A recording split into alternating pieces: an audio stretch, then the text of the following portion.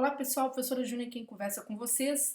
Neste vídeo eu vou falar sobre 3 assuntos que têm a ver com o concurso nacional unificado, até mesmo para placar a ansiedade de muita gente, estava esperando já esses comentários. Eu vou comentar sobre como deveria ter sido desenvolvido a discursiva, né, como ela deveria ter sido desenvolvida. Lembrando que a gente ainda não tem o padrão de resposta, a banca vai dar um padrão para vocês no dia que ela liberar a vista preliminar, não é, da prova, tá certo? E eu vou aqui esclarecer uma série de dúvidas que geralmente me chegam, tá? E aí vocês podem apontar aqui embaixo do vídeo as dúvidas que vocês têm que eu vou falar. Também neste vídeo eu vou falar sobre recursos, como que a Cisgram Rio acolhe ou não os recursos e o que pode ser feito, tá certo?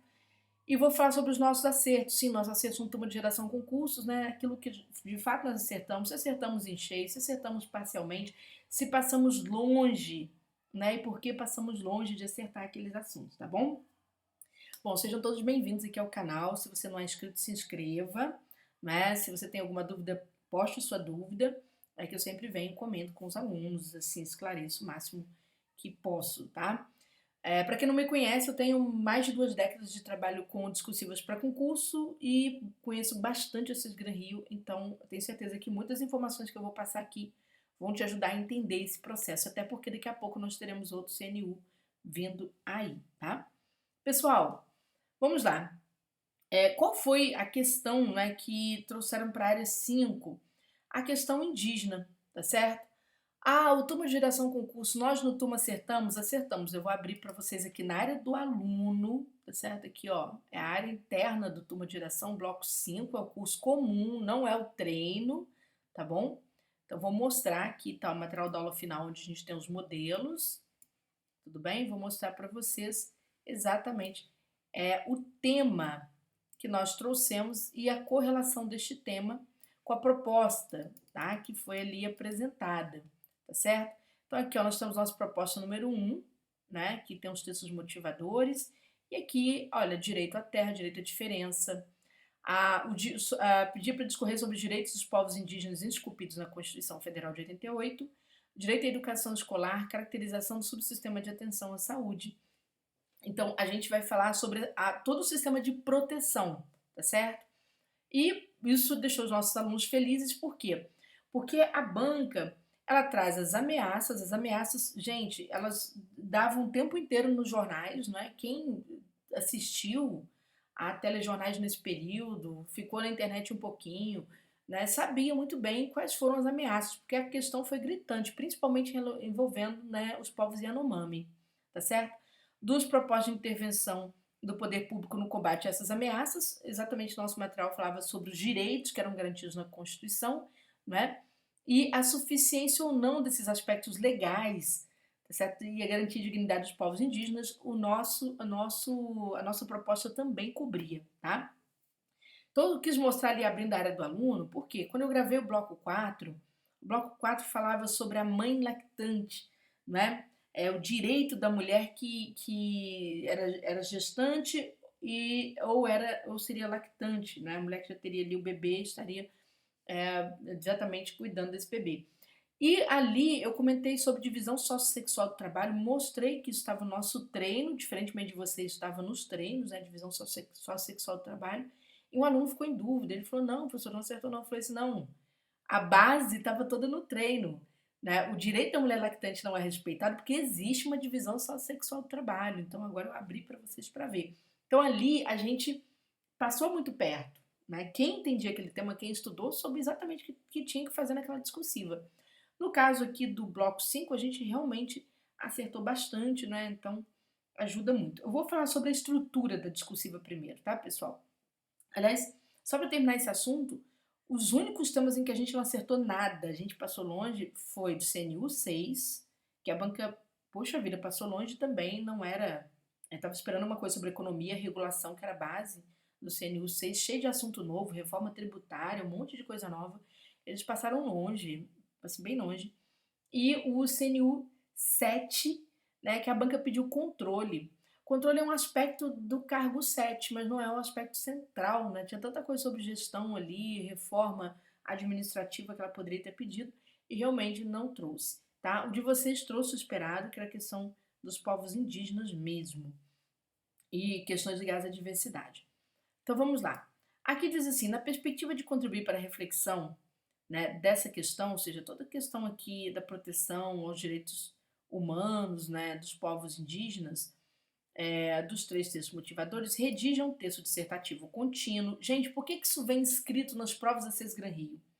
Porque, tradicionalmente, quando a CESGRAN Rio aplicava provas para nível superior no passado, tá? Antes do concurso do IPEA que aconteceu este ano, a banca ela não trazia, não pedia texto contínuo, ela dava assim, colocava aqui letra A, você respondia letra A, letra B respondia B, tá bom? Por exemplo, o pessoal faz BNDES, né, vai se lembrar dessa fase da banca, tá? Que ela fazia isso. E ela dava texto contínuo para o pessoal do nível médio, concursos de banco, né, Banco do Brasil, Caixa Econômica principalmente, tá bom? Então, o texto contínuo nada mais é do que uma redação que não vai ser seccionada em A, B e C, tá? Ela vai ser seccionada em parágrafos, normalmente, tá bom? Abordando criticamente de modo fundamentado os desafios dos direitos humanos quanto à questão indígena. Vou grifar isso aqui, ó. Desafios dos direitos humanos quanto à questão indígena. Identificando os seguintes aspectos. Bom, vamos lá. Primeira questão para você acertar é abordar esses aspectos de forma precisa. Ou seja, a banca pediu 2 fatores que ameaçam as terras indígenas e seus povos no Brasil. Você tem que trazer exatamente o que está escrito aqui, tá? Exatamente o que está escrito aqui. Por exemplo, muita gente vai falar de fatores que ameaçam as terras indígenas, não vai tocar na palavra povos. Pode ser que tenha um prejuízozinho, tá, gente? Pequenininho, tá bom? Se fosse no Sebrae, o prejuízo seria grande, certo? Pelo menos metade a banca ia arrancar de vocês. Aqui, metade do valor desse item. A banca vai cobrar aqui, talvez ela nem vá cobrar, porque como houve muita ausência de candidatos no concurso, então o examinador vai tirar o pé um pouco, né, do acelerador da punição. Ele vai pegar leve, só vai faltar gente classificada, tá, pessoal? Então é isso. Gente classificada para as próximas fases, né? Gente que tem sua discursiva corrigida ali, pontuada para as fases subsequentes. Então, esses 2 fatores precisam ser apresentados. Professor, eu apresentei mais de 2 fatores. Ok, a banca vai contar os 2, tá bom? Na verdade, ela vai apresentar talvez vários no padrão de resposta e vai, naturalmente, você poderá apontar 2. Lembrando que lá no padrão de resposta, se você trouxer fatores que não estavam no padrão, você pode contestar. Se a banca te der uma nota ruim, né, você pode contestar isso na fase recursal. Daqui a pouco eu vou falar sobre a fase recursal, tá bom? Para você saber. Mas que fatores, professora, ameaçariam as terras indígenas? Gente, os fatores mais comuns, a gente já sabe, é a questão da expansão da fronteira, né, do agronegócio, a expansão para dentro das terras indígenas, tá certo? E há o fator mineração, principalmente a mineração ilegal, tá? A gente tem a mineração legal, né, que é feito todo um processo ali de desapropriação de terras, etc. Né? O Congresso Nacional ele avalia essa possibilidade, tá? Frente dos povos ribeirinhos, né, acontecia bastante isso. Belo Monte é um exemplo. Então a gente tem que tomar um cuidado, porque na verdade o que pesa mais é a mineração ilegal. Mas não é só esse fator, tá? Por exemplo, se alguém falou sobre as políticas públicas, né, que trouxeram retrocesso legislativo nos últimos anos, né? Aqui sem ficar atacando o governo, eu só estou pegando falando de uma forma bastante isenta, porque tem a ver com a questão, tá? Não é segredo para ninguém.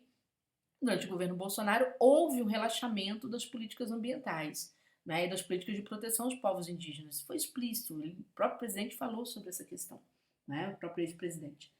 E esse retrocesso legislativo que vinha ali, a gente chama de retrocesso legislativo porque ele previu o quê? Uma flexibilização de leis, né, ambientais. Os órgãos ambientais também ficaram sem contratação, ficaram sem dinheiro, houve um desmonte desses órgãos ambientais e de órgãos de proteção, né, indígena, a FUNAI, o IBAMA, ICMBio, né? Houve até concurso ICMBio um pouco antes, mas depois não houve mais. E aí, e mesmo havendo concurso, você não tinha como fiscalizar, né?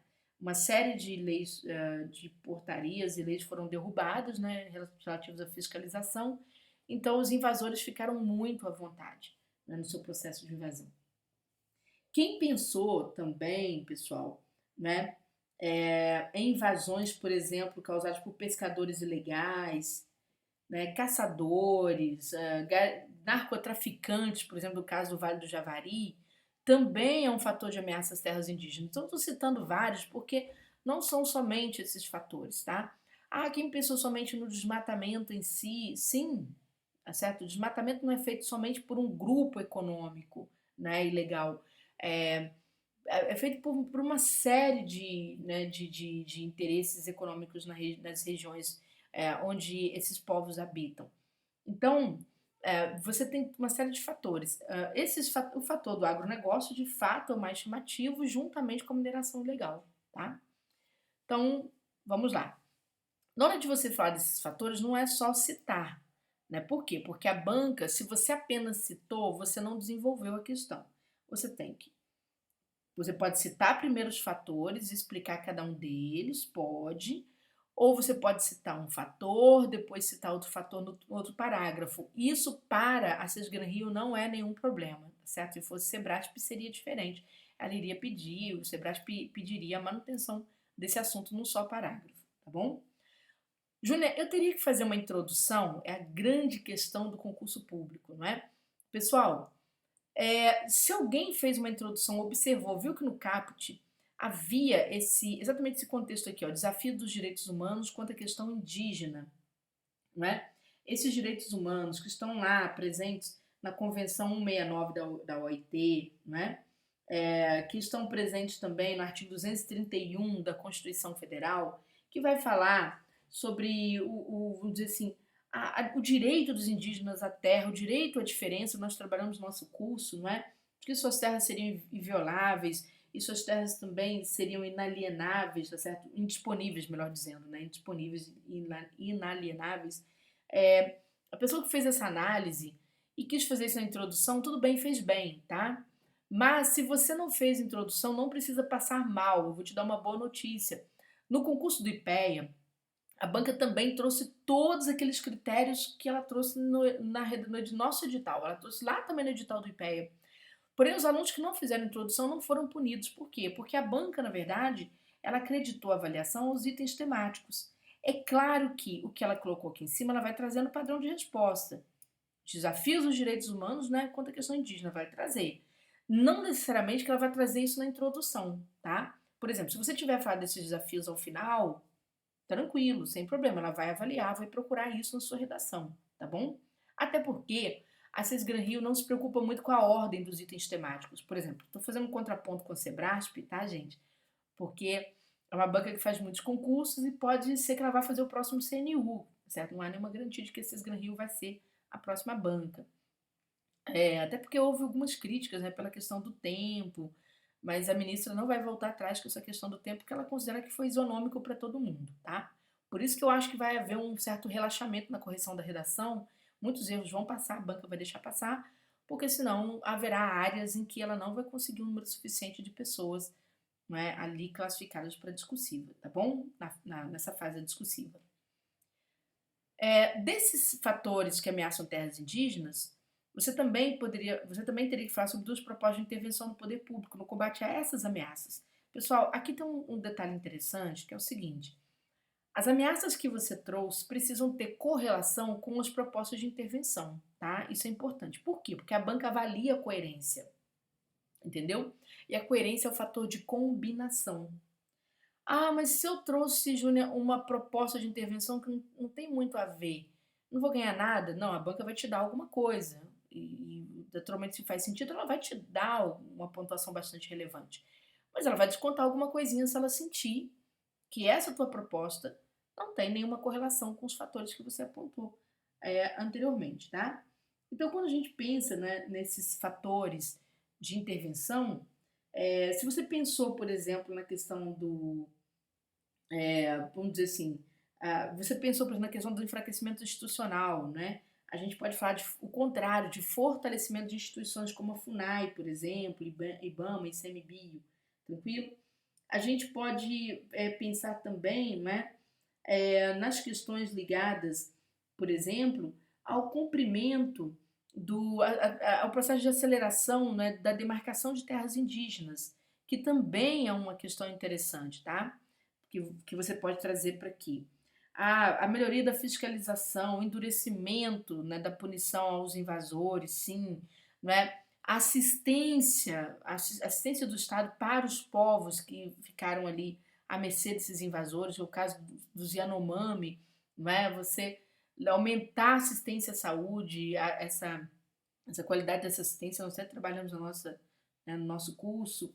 Então, isso são fatores que ajudam, né, exatamente a reduzir, a combater essas ameaças, né?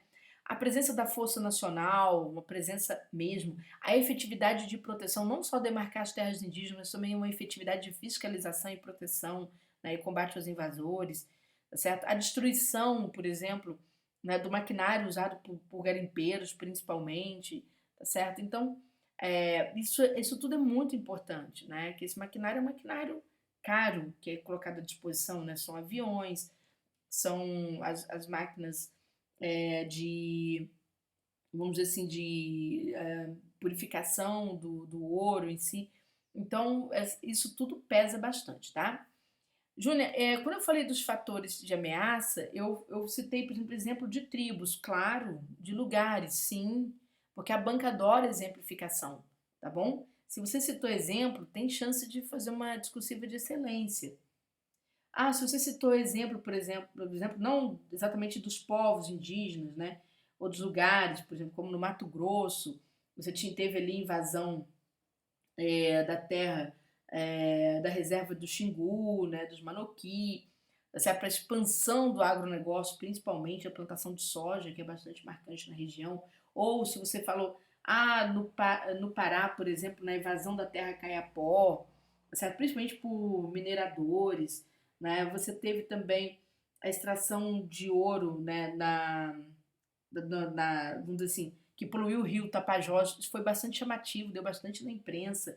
Teve aquela questão, gente, no Amazonas, no Vale do Javari, até citei, né? Onde ficam os povos isolados. Ali você tem toda uma confluência de fatores de ameaça. Vocês lembram da morte do Bruno Pereira, né, que é indigenista, e do Dom Phillips, um jornalista britânico? Aconteceu em 2022. Então, aquela região do Vale do Javari, ela faz fronteira com o Peru. Então ali você tem não só pescadores ilegais, né, porque ali é atravessado por rios, tá certo? Você tem não só a atuação, né, de caçadores, de garimpeiros, mas você tem também a atuação de narcotraficantes naquela região, né? Ali é uma confluência de bastantes pessoas, tá? Tudo bem? E então nós temos toda essa questão. E as propostas de intervenção, elas partem exatamente disso, né, de você acelerar o processo de demarcação. Ah, gente, eu esqueci de um outro fator também de ameaça às terras indígenas, que foi o marco temporal, né? O marco temporal que restringe o acesso dos indígenas às suas terras, né? Até porque o marco temporal coloca a promulgação da Constituição como um marco de habitação, tá? Dos indígenas ali naquelas terras, tá certo? Então, isso é um fator bastante restritivo. O marco temporal é uma ameaça também, tá bom? Então, se falar proposta de intervenção, por exemplo, do poder público, né, a não aprovação de normas de flexibilização do direito dos indígenas às terras, dos direitos, do reconhecimento da sua diferença, tá certo? Ah, então, há uma série de questões, tá? Júnior, eu falei de doenças levadas pelos mineradores. Claro, sim, né? Sim, porque o contato, você tem, por exemplo, igual o Vale do Javari, você tem tribos ali que não querem contato, tá certo? Com quem não é indígena, né? Ali é um monte de índios, de povos isolados, né? E, naturalmente, você tem esses fatores de ameaça quando há essas invasões. A questão dos grileiros, a violência, se vocês citaram a violência também, é bastante marcante. Isso vai vir tudo como palavra-chave, né? Destruição de hábitats naturais, desmatamento, tudo palavra-chave que a banca vai usar, tá? Expansão da fronteira, né, agrícola, comprometimento da biodiversidade, porque eles comprometem a biodiversidade, comprometem a subsistência dos indígenas. A gente viu o caso dos Yanomami, né? Assim, sem condições de ter acesso à alimentação, A maioria morreu, assim, das crianças que, né, acabaram adoecidas, morreram praticamente de fome, tá certo? Por quê? Porque contaminaram os rios contaminaram o solo, tá certo? E desmataram pra caramba a região, né? E assim, uma parte bastante significativa onde habita uma parcela do povo Xingu, né? Perdão, do povo Yanomami, e ali você teve havia confrontos, houve uma série de mortes de líderes, né, das tribos também, um fator de ameaça também é a morte dos líderes, né, dessas tribos indígenas, tá bom? E mais, aí a banca pergunta sobre a suficiência ou não dos aspectos legais para a proteção e garantia da dignidade dos povos indígenas do Brasil. É uma pergunta que ela vem fazendo em vários CNUs, não é? Será que o que a gente tem de lei é suficiente ou não? Bom, como eu disse para vocês, o que chama muita atenção, nós temos, além, né, da própria Convenção 169 da OIT, que vai falar sobre o direito desses povos, né, às suas terras, aos seus costumes, suas crenças e a obrigatoriedade do Estado de proteger, nós temos a própria Constituição, no artigo 231, lotado de parágrafos que tratam exatamente, né, da proteção dos direitos indígenas, né, não só a proteção às suas terras, também a proteção quanto à sua saúde, garantia de educação bilíngue e etc. A própria, vamos dizer assim, você pega a Lei Geral de Diretrizes e Bases da Educação, trata também, por exemplo, da questão educacional, né? Mas será que isso é suficiente? É claro, você, quando a banca fala suficiência ou não, ela está esperando que você opine da sua forma e que a sua opinião seja convincente. Por isso que é dissertação argumentativa, tá? Ela fala que ó, é um texto dissertativo, mas você pode ver que lá no enunciado, seja no edital, dissertação argumentativa. Mas a tendência é de a gente achar que não é suficiente. Tanto que a gente acha que não é suficiente porque a gente tem certeza, nem achar, é certeza. A gente viu o que aconteceu com os povos Yanomami. Né? Não adianta você ter leis, se vai aparecer uma política pública que vai promover retrocesso, vai flexibilizar essas leis, né? Que vai parar, vai mudar a finalidade dos órgãos de proteção. Né? Então não adianta. Se você também tem, por exemplo, a pressão econômica por trás disso, né? Que vai, por exemplo, resultar em medidas como o marco temporal. Se você tem, por exemplo, uma demarcação muito lenta das terras indígenas ou uma demarcação que é feita sem proteção efetiva. Então, isso não é suficiente, tá? Tudo bem? Perfeito? Então, joia. Falamos bastante. Profa, eu precisaria de uma conclusão? Não, note que este item já tem um caráter conclusivo, né, que vai falar sobre a suficiência para você dar a sua opinião, né, sobre a suficiência ou não dos aspectos legais para a proteção e garantia da dignidade dos povos. Então, quer dizer, você já dando aqui sua opinião ao final, já vai servir como elemento de conclusão, tá? E se você fez uma conclusão, é aquilo que a gente falou aqui no canal, eu falei no meu curso, procure fazer sempre em concursos conclusões republicanas, porque vocês querem ser servidores públicos, né? Não é conclusão antirrepublicana nem preconceituosa, porque não vai dar certo. Você é praticamente eliminado quando faz isso, né? Então, isso aí você pode ter o preconceito na sua cabeça, mas na condição de servidor não dá. E a tendência é cada vez mais dos servidores serem pressionados, porque tem muito servidor que é contra o próprio Estado, né? Uma coisa assim aberrante, mas né? Acontece, ele é o braço do Estado, ele é contra o, o resto do corpo dele. Mas vamos falar sobre a questão, né, pessoal, dos recursos. Eu sou bem honesta, tá? Bem honesta. Quem me acompanha aqui no canal, acompanha bastante tempo, tem essa consciência, já me viu falar sobre isso, né? Quem foi meu aluno, naturalmente, já deve ter me ouvido falar sobre isso quando o assunto é recurso. Gente, existem bancas e bancas. Eu vou recomendar que vocês não fiquem parados, mas que vocês pressionem a Sesgran Rio para que ela não limite o direito de vocês se defenderem, tá? O direito ao contraditório, que é uma garantia, né? Uma garantia processual, basicamente. E nós estamos na fase dos recursos administrativos daqui a pouco, a gente vai entrar nessa fase. E por que ela faz isso? Gente, muito simples. O que esses Gran Rio faz? Ela dá lá deixa você aqui ver a tua prova, não tem nada anotado aqui, essa é a tradição dela, tá? Se ela mudar, oxalá que ela mude. Então, ela não anota nada.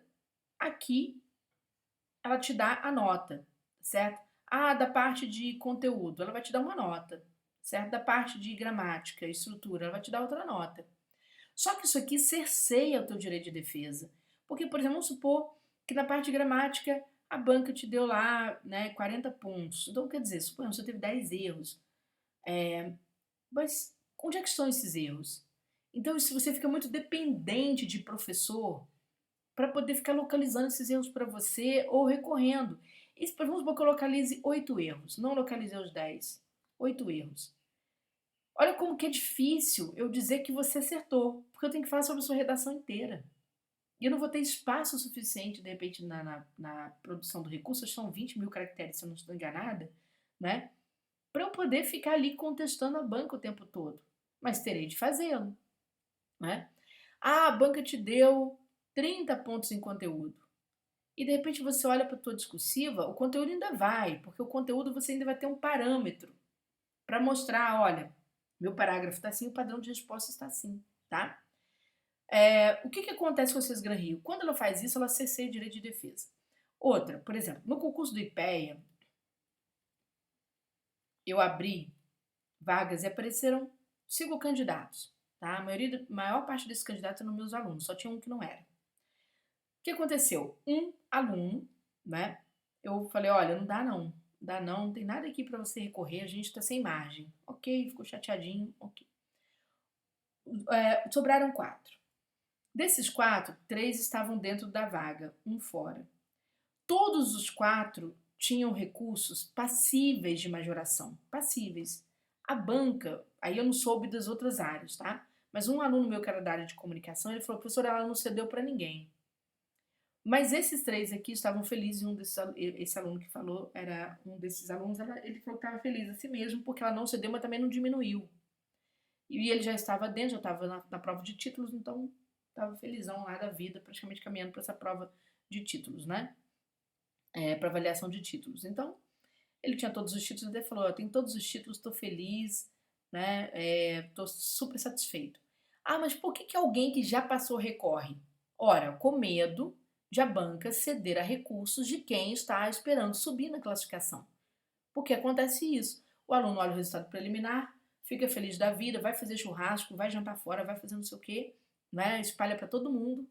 E sendo que o concurso ainda não acabou, gente, a gente não faz isso. Pelo contrário, a gente fica de boca fechada, né? A gente só, para quem acredita, só faz oração, né?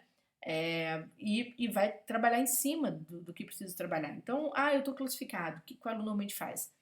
Ele vai lá e recorre. Ele recorre. Por quê? Para ele se defender. Porque qualquer meio pontinho que subir ali na vida dele, ele tá pulando para cima, tá? Certo? E não está ali retrocedendo. A Sede Gran Rio cede recurso facilmente? Não, não. A minha expectativa é que, na pressão que vocês fizerem para que ela não cesse direito de defesa, ou seja, ela aponte os erros gramaticais com clareza, certos erros com clareza, e ceda recursos, né, mas vocês têm que fazer isso antes do prazo recursal, que é muito curto, tá? Que ela vá trabalhar de uma forma um pouco mais honesta. Por quê? Ora, o CNU é tão visado quanto o Enem. Muito visado. Muito. Não é? Pode não ser uma prova perfeita, mas é muito visado. Tá? E aí é diferente do IPEA. Ninguém nem sabe que existe, né? Uma ou outra pessoa sabe que existe. Ah, mas o Banco do Brasil. A pessoa sabe, mas somente o pessoal do nível médio que faz Banco do Brasil é um pessoal menos orientado a recursos, recorre menos, é um concurso mais popular. O de vocês é um popular, mas um popular não é que é renomado. É a primeira vez que a gente tem um concurso unificado. Então pode ser que a banca revise, tá? Todo o edital da Cisgran Rio é assim. Ó, a revisão da nota deve ser dirigida à banca examinadora. Então, pronto, é uma regra deles. A nota poderá ser mantida, aumentada ou diminuída. Júnior, você já viu diminuir? Nunca, porque raramente eu vejo subir, certo? Então, eu nunca vejo diminuir. Existem bancas que diminuem, tá? Por exemplo, IBFC é uma banca que diminui nota, já aconteceu em 2 concursos. Sebrasp diminui? Não. FGV diminui? Também nunca vi, tá bom? Então, é isso. A Cisgran Rio aponta que diminui, mas aí é aquilo que eu falo para o aluno, né? Analise tudo com pertinência, analise tudo com senso prático. Não vai fazer recurso na choradeira. É claro que se você estiver longe, faz recurso à vontade, tá? O que a gente vai ter no turma de oração concursos? Eu vou fazer uma coisa que eu considero mais democrática e que deu certo, gente, em vários concursos. Por exemplo, deu certo na Câmara dos Deputados, eu tive muitos alunos com majoração, porque é um negócio fácil de fazer. Deu certo no concurso da LMG, né, certo? Eu tive muitos alunos, eles mesmos fizeram recursos aqui e subiram mesmo, tá? Ali nessa fase. É um concurso super difícil, foi esse concurso aqui. Mas vamos lá. O que vocês vão ter comigo? Uma aula de elaboração com correção de recursos para todos os cargos, mesmo para aqueles cargos que eu não fiz o curso. Por quê? Porque a parte de conteúdo depende do aluno mesmo. E a banca vai dar um padrão de resposta e você tem que provar que teu conteúdo bate com o padrão. Então é algo super fácil, tá? O que eu vou fazer é corrigir. Minha equipe, nós vamos corrigir os recursos, eu vou orientar. Quanto mais o aluno escreve para mim no e-mail dele, não é? E ele fala, olha, quando ele assim que recebeu a imagem da prova, quanto mais ele debate, né? Ou seja, o recurso acaba sendo a quatro mãos, mais sucesso a gente tem. Foi quando na LMG, tá? Mais chance de sucesso tem, porque o aluno ele estuda o próprio texto. Ele não joga assim, eu tô com medo, toma, professor. Não. Ele se coloca numa posição ativa para que ele seja, mais uma vez, o promotor da aprovação dele. Então, é uma coisa que funciona muito. Eu já fiz em vários concursos, vários não, né? Tô falando assim, os mais importantes eu citei aqui. Foi uma questão que eu comecei praticamente do ano passado para este ano, né? E tem dado certo, tá? Existem situações que eu não consigo dar aula de elaboração de recursos porque a questão é mais dedicada, por exemplo, FCC é mais dedicado, ali o aluno tem mais dificuldade mesmo, ela usa critérios técnicos muito aprofundados e aí acaba sobrando mesmo para mim, que sou professora, essa elaboração. O de vocês praticamente é copiar o que está na discursiva de vocês e copiar o que está no padrão de resposta e mostrar a semelhança, né? E ali eu vou ensinar os termos direitinho, tá? As aulas de recursos ficarão disponíveis no dia 8. Júnior, por que só no dia 8? Pessoal, por uma questão muito simples. Quando a gente consegue ter acesso às provas, a gente vê muita falha de correção de uma prova para outra. E a gente costuma, às vezes, perceber o momento em que o examinador escorrega mais. Então, é ali que a gente tem um furo muito interessante para poder, né, argumentar, tá? É claro que haverá aulas disponíveis antes, modelos, etc. E tal. Por quê? E é nesse dia que a banca vai mostrar o caderno de provas, tá bom? Quando vocês ingressarem, né, quem for fazer conosco, na contratação do serviço, já vai mandando pro e-mail do curso, tá? Aqui em cima tem o e-mail do curso, embaixo também desse vídeo tem, inclusive a forma como você vai fazer matrícula. Você manda para o atendimento turma de redacão@gmail.com a sua prova, um resuminho da tua posição no concurso, o que você já conseguiu analisar da sua prova que você acha interessante, porque aquilo ali tudo serve para mim, que sou a professora orientadora, como elemento de orientação. E a gente só tem 2 dias para fazer isso. Prazo é curtíssimo, tá bom? Júnior, a parte de português. A parte de português, em havendo erros, eu mesma vou fazer, tá? A parte de gramática eu vou fazer, porque eu sei que demanda ali um cuidado, né? Um pouco mais especializado. Essa parte que eu mesma tenho que fazer. Mas eu falei para vocês, né? Normalmente a Cisgran Rio não erra muito essa parte não, tá, pessoal? No IPEA, por exemplo, acho que eu fiz os recursos de gramática para um aluno só, tá? Basicamente para um aluno. Por quê? Porque o restante tinha exatamente a quantidade de erros que a banca notou. Ou havia mais erros. Porque geralmente há mais erros e a banca pega um tanto menor, tá bom? Então, pessoal, é isso, tá? Se vocês quiserem estudar conosco, a gente tem um número limitadíssimo de vagas, tá bom? Porque mesmo sendo aula de elaboração, eu preciso ler os textos, né? Eu preciso ler bem esses textos, tá bom? Então, um abração para todos, espero que não precisem, certo? Espero que não precisem. Lembrando que quem foi nosso ex-aluno tem desconto de 90%, ou perdão, desconto de 10%, tá bom? Nesse serviço. Quem tirou nota acima de 90% na discursiva, boa parte são nossos alunos vão tirar. Eu tenho interesse nesses alunos, principalmente, que eu sei que vão ser aprovados, desconto também de 10%. Quem pagar por meio de Pix, porque é uma forma que a gente perde menos dinheiro aqui no curso, causa o atravessador de pagamentos, também tem desconto, tá? Então é isso. Beijão para vocês, grande abraço, até a próxima, né? Ou seja, tomara que não, tomara que vocês passem no concurso e vão ser felizes.